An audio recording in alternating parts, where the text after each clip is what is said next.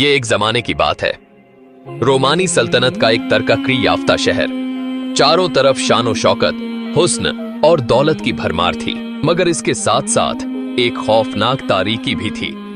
बुत परस्ती, जुल्म और जब्र से अकीदा थोपने की रवायत।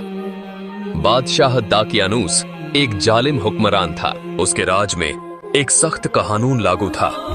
इस सल्तनत में जो भी हमारे माबूदों का इनकार करेगा वो बागी कहलाएगा और उसकी एक ही सजा होगी, मौत। शहर के हर मोड़ पर बड़े बड़े बुत लगे हुए थे। आम लोग रोज उन बुतों के सामने सर झुकाते, धूप जलाते और उन्हें राजी करने की कोशिश करते। हक की तलाश एक ईद के दिन, जब तमाम लोग बुत परस्ती की रस्म अदा करने के लिए निकले। वो अपने झूठे माबूदों के करीब होने के लिए जानवरों की कुर्बानी और दीगर आमाल अदा कर रहे थे। मगर इन्हीं लोगों में एक शरीफ और बुजुर्ग खानदान का नौजवान था, जो इस झूठी इबादत को किसी सूरत कबूल नहीं कर सकता था। उसने उन माबूदों की परस्तिश करते हुए लोगों को देखा और उसकी ज़मीर ने उसे रोक लिया। उसके दिल में शक पैदा हुआ। उसके सोचने और समझने की सलाहियत में एक नई तेजी आई। वो उस मजमे को छोड़कर खामोशी से निकल गया।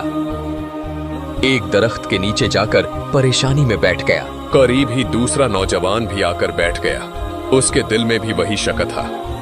फिर एक एक करके 7 नौजवान जमा हो गए। सबके दिल में एक ही सवाल था। मगर कुछ ही लम्हों में ईमान के रिश्ते में सब एक दूसरे से जुड़ गए। सवालात उठने लगे। क्या वाकई ये बुत खुदा हैं? क्या इनमें कोई ताकत है? अगर ये सच में खुदा होते तो खुद ही कुछ कर सकते। इन 7 नौजवानों का आपस में कोई खून का रिश्ता नहीं था, मगर हक की तलाश ने उन्हें एक दूसरे से जोड़ दिया था। ये नौजवान समाज के आम लोग नहीं थे। ये शरीफ घरानों के फर्जंद थे। कोई सिपह सालार था, कोई शाही महल का अफसर और कोई ताजिर था। इनकी इज्जत, दौलत और मुस्तकबिल सब यकीनी था। लेकिन जब दिल में हक की रोशनी जल उठती है तो इंसान बातिल के साथ समझौता नहीं कर सकता। एक नौजवान ने कहा, क्या हमें इस झूठी इबादत को जारी रखना होगा? क्या हमें सारी जिंदगी इन बुतों के सामने सर झुकाना होगा? दूसरे ने जवाब दिया, नहीं, हम हक को कबूल करेंगे। हम सिर्फ उसी खालिक की इबादत करेंगे जिसने आसमान, जमीन, चांद और सूरज को पैदा किया। सब एक मत हो गए। मगर इस फैसले का मतलब था कि वे शाही खानदान के खिलाफ खड़े हो रहे थे। वे जानते थे कि इस सच्चाई के रास्ते पर चलने का मतलब है कि उनकी जिंदगी खतरे में पड़ सकती है। हक का इजहार वे छुपकर अल्लाह की इबादत करने लगे। लेकिन एक दिन उनकी ये छुपी हुई ईमानदारी जाहिर हो गई। बादशाह को इस बात का इल्म हो गया। बादशाह दाकियानूस ने यह सुनते ही गुस्से में कहा, मेरे मुल्क में अगर कोई हमारे माबूदों का इनकार करेगा तो उसे सख्त सजा दी जाएगी। फौरन सिपाहियों को भेजा गया। 7 नौजवानों को गिरफ्तार कर शाही महल में लाया गया। शाही दरबार में फैसला, बादशाह तख्त पर बैठा था। सामने 7 नौजवान खड़े थे। बादशाह ने सख्त आवाज में कहा, क्या तुम्हें इल्म है कि हमारे मुल्क का एक ही कानून है? हमारे माबूदों की पूजा करनी होगी। हमें खबर मिली है कि तुम इस इबादत का इनकार कर रहे हो। क्या यह सच है? सबसे ज्यादा बहादुर नौजवान ने जवाब दिया, हाँ, ये सच है। हम सिर्फ एक अल्लाह की इबादत करते हैं। ये बुत कुछ भी नहीं कर सकते।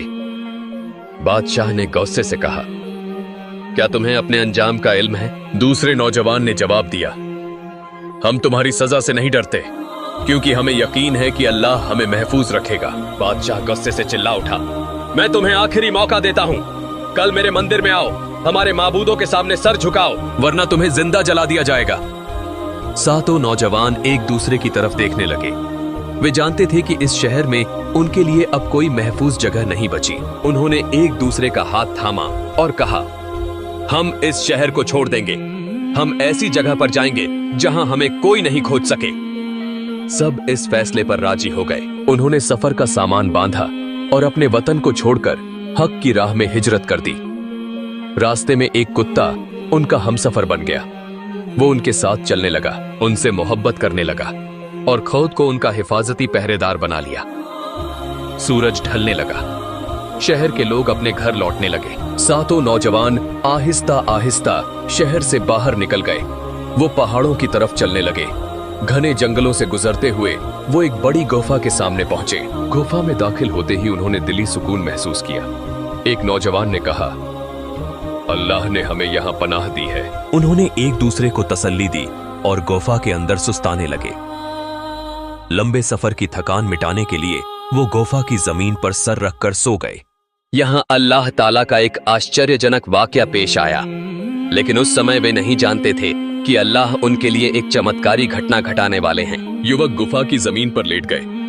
लेटते ही उन्हें हल्की सी नींद महसूस हुई और उसी हल्की नींद के सहारे वे गहरी निद्रा में चले गए। उनकी आंखें बंद हो गईं और ठीक उसी समय अल्लाह के हुक्म से वे गहरी नींद में डूब गए।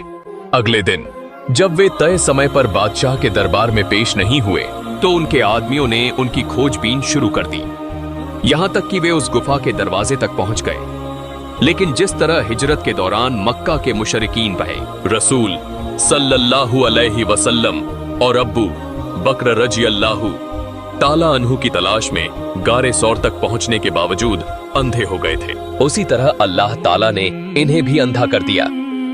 दिन गुजरते गए, रातें बीतती रहीं, सालों पर साल गुजर गए। युवक वहीं लेटे रहे थे। गहरी नींद ने उन्हें घेर रखा था। बाहरी दुनिया की हलचल और व्यस्त जिंदगी से उनका कोई संबंध नहीं रहा। एक रात, एक दिन नहीं, बल्कि पूरे 309 साल तक वे सोते रहे। कई साल गुजर गए। इस दौरान राजा दकियानूस मर गया, साम्राज्य का कानून बदल गया, लोग एक अल्लाह पर ईमान ले आए, लेकिन उन्हें इन सब बातों का कोई इल्म नहीं था। अब वे कमजोरी और भूख प्यास से बेहाल होकर जाग उठे। उन्हें लगा कि ज्यादा वक्त नहीं बीता और इतिहास की घड़ी गुफा के दरवाजे पर ही ठहर गई है। उनमें से एक ने कहा, ऐ दोस्तों, मुझे लगता है कि हमने यहाँ काफी लंबा समय सोकर गुजार दिया। तुम्हारा क्या ख्याल है? दूसरे ने कहा, मुझे लगता है कि हमने पूरा एक दिन सोया है, क्योंकि जिस तरह की भूख और प्यास हमें महसूस हो रही है उससे तो यही लगता है।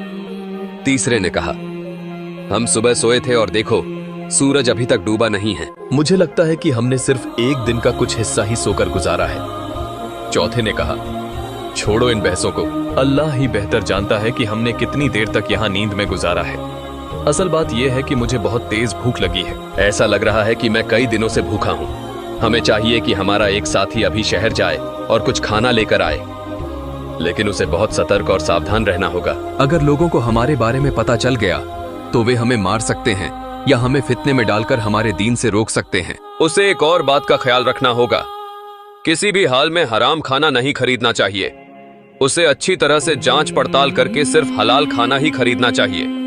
उनमें से एक व्यक्ति अत्यधिक सतर्कता और भयभीत अवस्था में शहर में प्रवेश किया। उसने देखा कि कुछ भी पहले जैसा नहीं रहा। घर बार बदल चुके थे। पुराने और छोड़े हुए मकानों की जगह विशाल महल खड़े थे। पूर्व के राजप्रासाद खंडहर बन चुके थे।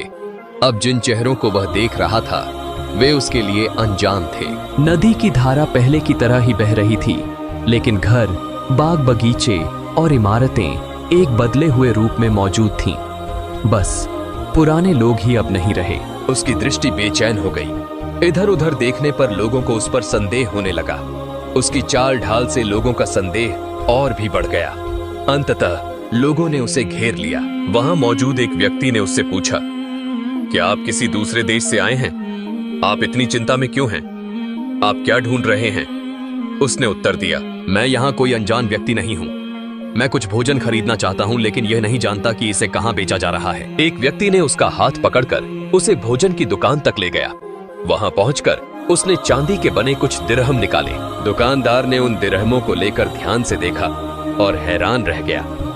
यह तो 300 साल से भी अधिक पुराने सिक्के हैं। उसने सोचा कि शायद इस व्यक्ति को कोई छिपा हुआ खजाना मिला है। संभवतः उसके पास इन सिक्कों के अलावा भी बड़ी मात्रा में धन मौजूद है। दुकानदार ने बाजार के अन्य लोगों को बुलाकर इकट्ठा कर लिया। अब गुफा में रहने वाले उस व्यक्ति ने कहा, हे लोगों, देखिए, जो आप सोच रहे हैं मामला वैसा नहीं है। ये सिक्के किसी छिपे हुए खजाने का हिस्सा नहीं है। कल किसी के साथ लेन देन के दौरान यह मेरे पास आए थे और आज मैं बस इन्हें देकर भोजन खरीदना चाहता हूँ। लेकिन आप इस पर इतना आश्चर्य क्यों कर रहे हैं? इसमें कोई असामान्य बात तो नहीं है। फिर आप शक के आधार पर मुझ पर खजाना पाने और उसे छिपाने का आरोप क्यों लगा रहे हैं? यही वही बात कहकर उन्होंने वहां से स्थान त्याग देना चाहा, क्योंकि उन्हें डर था कि उनका मामला लोगों के सामने उजागर हो जाएगा। लेकिन लोग किसी भी तरह उन्हें छोड़ने के लिए तैयार नहीं थे। भीड़ को हटाकर कुछ लोग अकेले में उनके पास आए और नरम भाषा में बात करने लगे। बातचीत के दौरान जब उन्हें पता चला कि वे वही व्यक्ति हैं जो 309 साल पहले जालिम और काफिर बादशाह के उत्पीड़न से बचने के लिए भागे थे, तो वे और भी अधिक आश्चर्यचकित हो गए। वे यह भी जान गए कि वे वही युवा हैं जिनकी तलाश में उस समय का बादशाह सभी प्रयास कर चुका था, लेकिन उनका कोई सुराग नहीं मिला था। अब वह युवक और अधिक चिंतित हो गया क्योंकि अब लोग उनकी सच्चाई जान चुके थे। इसलिए उसने अपनी और अपने साथियों की जान की रक्षा के लिए भागने का निश्चय किया। तभी भीड़ में से एक व्यक्ति ने कहा, भाई तुम डरो मत।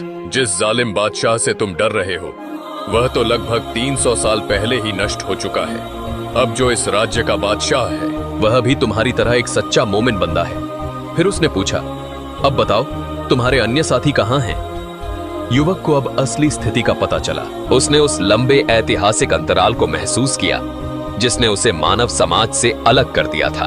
वह समझ गया कि अब वह लोगों के बीच एक चलते फिरते साये के अलावा कुछ नहीं है। फिर उसने लोगों से कहा, मुझे गुफा के अंदर अपने साथियों के पास जाने दो। मैं उन्हें अपनी और तुम्हारी स्थिति के बारे में बताऊंगा। वे बहुत देर से मेरी प्रतीक्षा कर रहे हैं और मुझे डर है कि वे मेरे बारे में चिंतित होंगे। उस समय के राजा को भी उनके बारे में खबर मिल गई। वह गुफा में रहने वालों से मिलने के लिए व्याकुल हो उठा और जल्दी से गुफा की ओर चल पड़ा। उसने उन्हें जीवित और उज्जवल चेहरे के साथ देखा। उसने उनसे हाथ मिलाया और गले लगाया। फिर उसने उन्हें अपने महल में आमंत्रित किया और वहां स्थायी रूप से रहने की पेशकश की, लेकिन उन्होंने स्पष्ट रूप से इनकार कर दिया और कहा, हमें एक नई तरह की जीवन शैली में कोई रुचि नहीं है। हमारे घर बार नष्ट हो चुके हैं, हमारे माता पिता और संतानें अब जीवित नहीं हैं और हमारे तथा सामान्य जीवन के बीच एक लंबा अंतराल आ चुका है। तो फिर इस सांसारिक जीवन की ओर लौटने का क्या लाभ? इसके बाद उन्होंने अल्लाह से निकटता प्राप्त करने की प्रार्थना की, उसी की ओर लौटने को पसंद किया और उसकी असीम दया से उन्हें ढंक लेने की दुआ की। कुछ ही क्षणों में वे मृत्यु की गोद में समा गए। उनके शरीर से आत्मा सदा के लिए अलग हो गई। कुछ लोगों ने सुझाव दिया कि उनकी कब्रों पर एक स्मारक बनाया जाए, लेकिन अधिकतर लोगों ने कहा, नहीं, बल्कि हम उनकी स्थिति पर एक मस्जिद का निर्माण करेंगे। प्यारे दर्शक, अब तक जो कहानी आप देख रहे थे यह पवित्र कुरान की सूरह अल कहफ आयत नंबर 9 से 26 तक से ली गई है। ऐसी और कहानियां पाने के लिए हमारे चैनल को लाइक करें, सब्सक्राइब करें और बेल आइकन जरूर दबाएं।